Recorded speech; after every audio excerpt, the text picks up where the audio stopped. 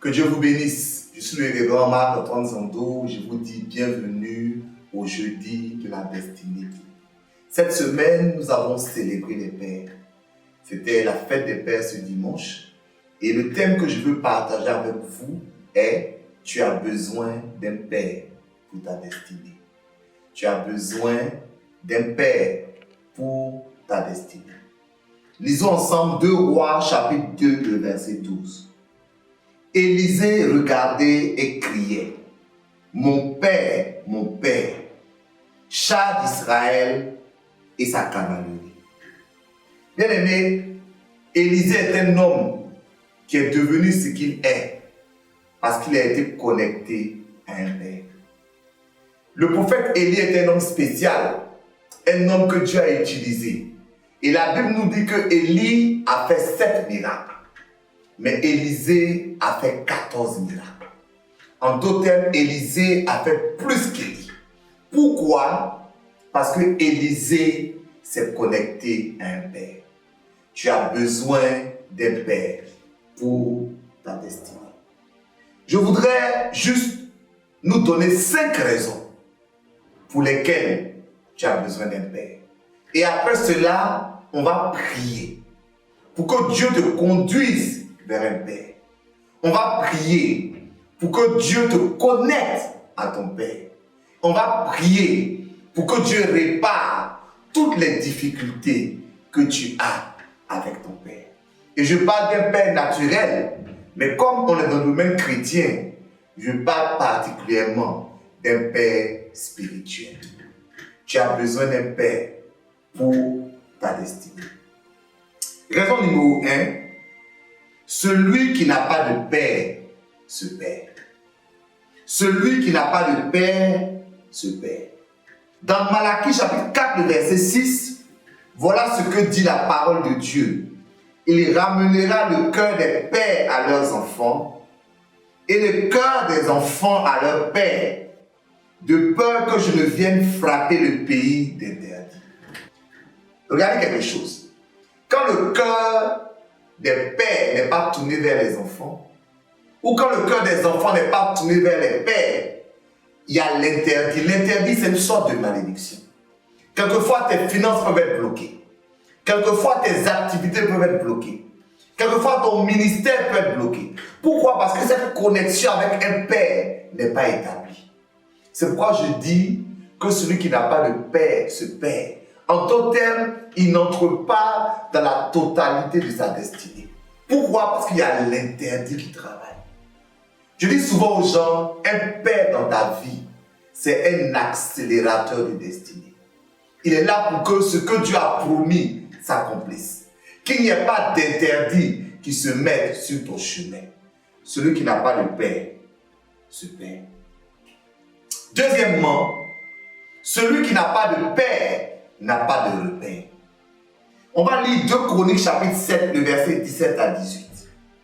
Il est dit, si tu marches en ma présence, comme a marché David ton père, et je saute, j'affermirai le trône de ton royaume, comme j'ai promis à David ton père, en disant, tu ne manqueras jamais d'un descendant sur le trône. Regardez quelque chose. Parce que David était un modèle.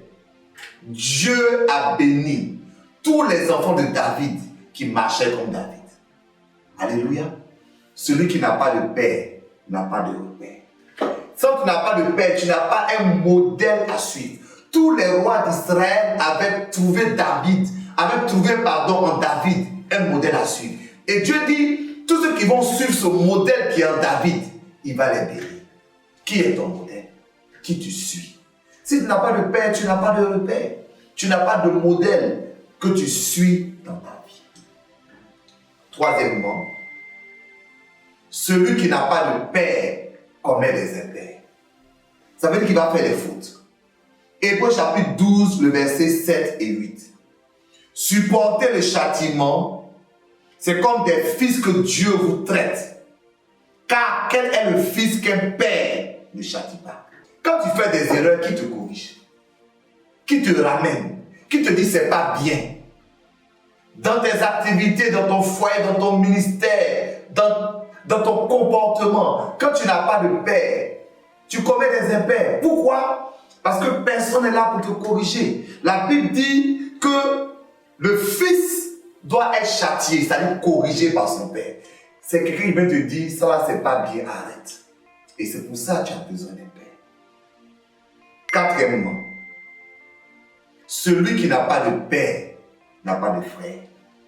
Psaume 68, verset 7. Dieu donne une famille à ceux qui étaient abandonnés. Il délivre les captifs et les rend heureux. Les rebelles seuls habitent des lieux arides. Le mot famille, dans le Nouveau Testament, se dit patria.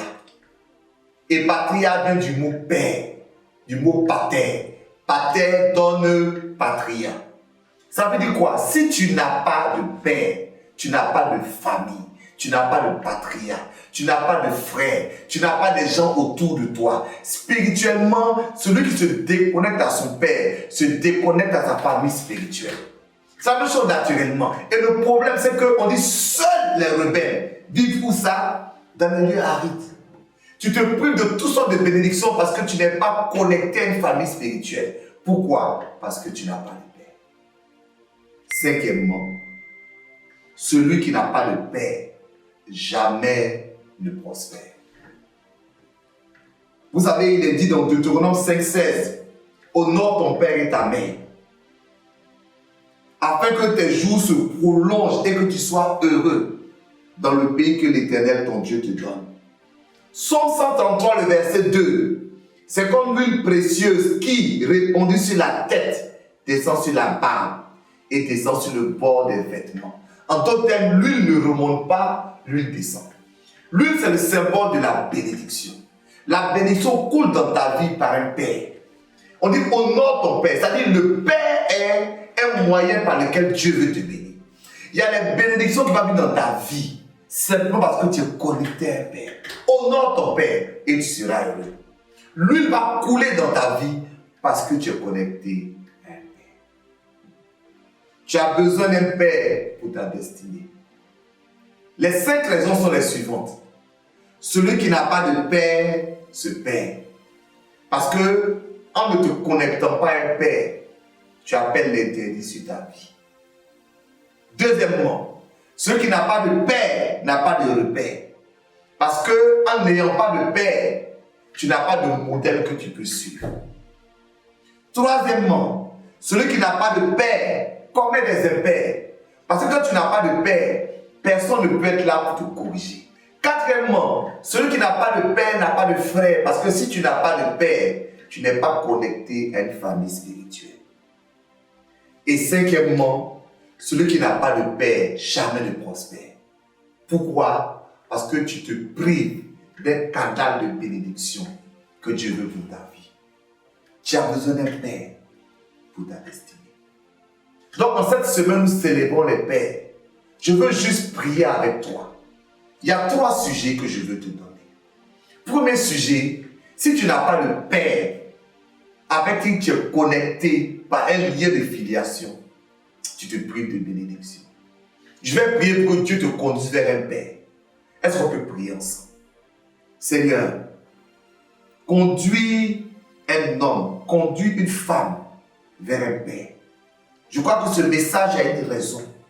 Quelqu'un a besoin d'être connecté. Quelqu'un a besoin de se retrouver sous l'autorité de quelqu'un.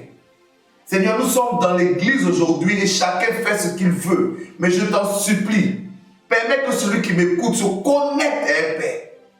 Afin que les 5 raisons s'appliquent dans sa vie.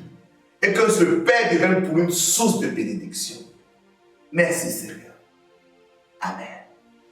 Je veux maintenant prier pour tous ceux qui sont déjà connectés à un père, mais qui ont besoin de développer leur connexion. Vous savez, aujourd'hui, beaucoup de gens appellent les gens père, père, mais à la réalité ne développent pas le type de connexion qui va attirer dans leur vie la bénédiction. Alors je veux que tu pries avec moi, que le Saint-Esprit te connecte à cet homme et éventuellement à cette femme que tu as choisi comme autorité spirituelle. Que ce ne soit pas une connexion qui soit une connexion en amusement, mais qu'elle soit sincère. Nous prions. Seigneur, merci pour cette connexion spirituelle. avec un père, avec un leader, avec une autorité. Car c'est cela qui décante et qui déclenche la destinée. Je t'en supplie, opère des miracles. Je t'en supplie, ouvre des routes dans la vie des gens. Alléluia. Je t'en supplie, apporte des bénédictions. Je t'en supplie, décante des situations à cause de la filiation. Connecte quelqu'un avec un père. C'est-à-dire, il y a des gens qui vont être bénis, guéris, qui vont rentrer dans leur destinée. S'il te plaît, donne-leur de comprendre que ce père que tu leur as donné est important aux yeux de Dieu. Bénis-les au nom de Jésus. Amen. On va prier pour un dernier sujet. Quelquefois, le diable met le problème entre nous et nos pères. Vous savez, il est dit dans Malachie chapitre 4 que lorsqu'il y a palabre entre les pères et les fils, il y a l'interdit. Le diable, c'est ça. Donc, il crée des situations de difficulté. Écoute-moi, toi qui m'entends, si tu en parles avec ton père, il va te réconcilier. Si tu ne t'entends pas bien avec lui, il va te réconcilier. On va prier à cet instant pour que tout palabre entre père et fils, entre père et fille, tout palabre de filiation soit réglé. Et que Dieu lui-même opère le miracle pour rétablir les connexions père-fils, rétablir les connexions père-fils, rétablir les connexions père-fille. Nous prions. Seigneur, à cet instant, je te prie et avec l'autorité que tu me donnes, je brise tous les problèmes entre père et fils, tous les problèmes entre père et fille. Seigneur, le diable veut empêcher cette connexion de s'établir parce qu'il sait qu'il y a une grande bénédiction derrière. Mais toi, tu es le Dieu de réconciliation. Apporte la réconciliation, apporte la bénédiction. Seigneur, guéris les relations entre père et fils et entre père et fille. Merci de le faire à cet instant. Au nom de Jésus. Amen. Tu as besoin d'un père pour ta destinée. Car celui qui n'a pas de père se perd. Parce que celui qui n'a pas de père n'a pas de repère. Parce que celui qui n'a pas de père commet des impairs. Parce que celui qui n'a pas de père n'a pas de frère. Et celui qui n'a pas de père jamais ne prospère. Que Dieu te connecte avec un père pour te projeter dans ta destinée. Que Dieu te bénisse. À jeudi prochain.